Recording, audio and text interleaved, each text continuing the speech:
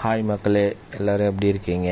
நம்ம பார்க்குறது இந்த நார்த்தங்காய் தான் பார்க்குறோம். இந்த நார்த்தங்காய் பார்த்திங்கன்னா பொதுவாக ஒரு புளிப்புத்தன்மை இருக்கும். அதனால் இதை யாரும் பெருசாக விரும்பி சாப்பிட மாட்டாங்க. ஆனால் இதோட பழம் நல்லாயிருக்கும், நல்லா டேஸ்ட்டாகவும் இருக்கும். இருந்தாலும் அதில் லைட்டாக ஒரு புளிப்பு இருக்க தான் செய்யும்.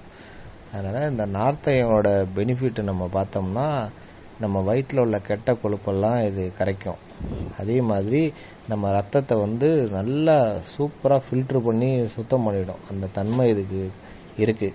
நம்ம ஆரஞ்சை விடன்னுலாம் சொல்ல முடியாது, ஆரஞ்சுக்கு ஈக்குவலாகவே இதுலேயுமே நிறையா சத்துக்கள் இருக்குது.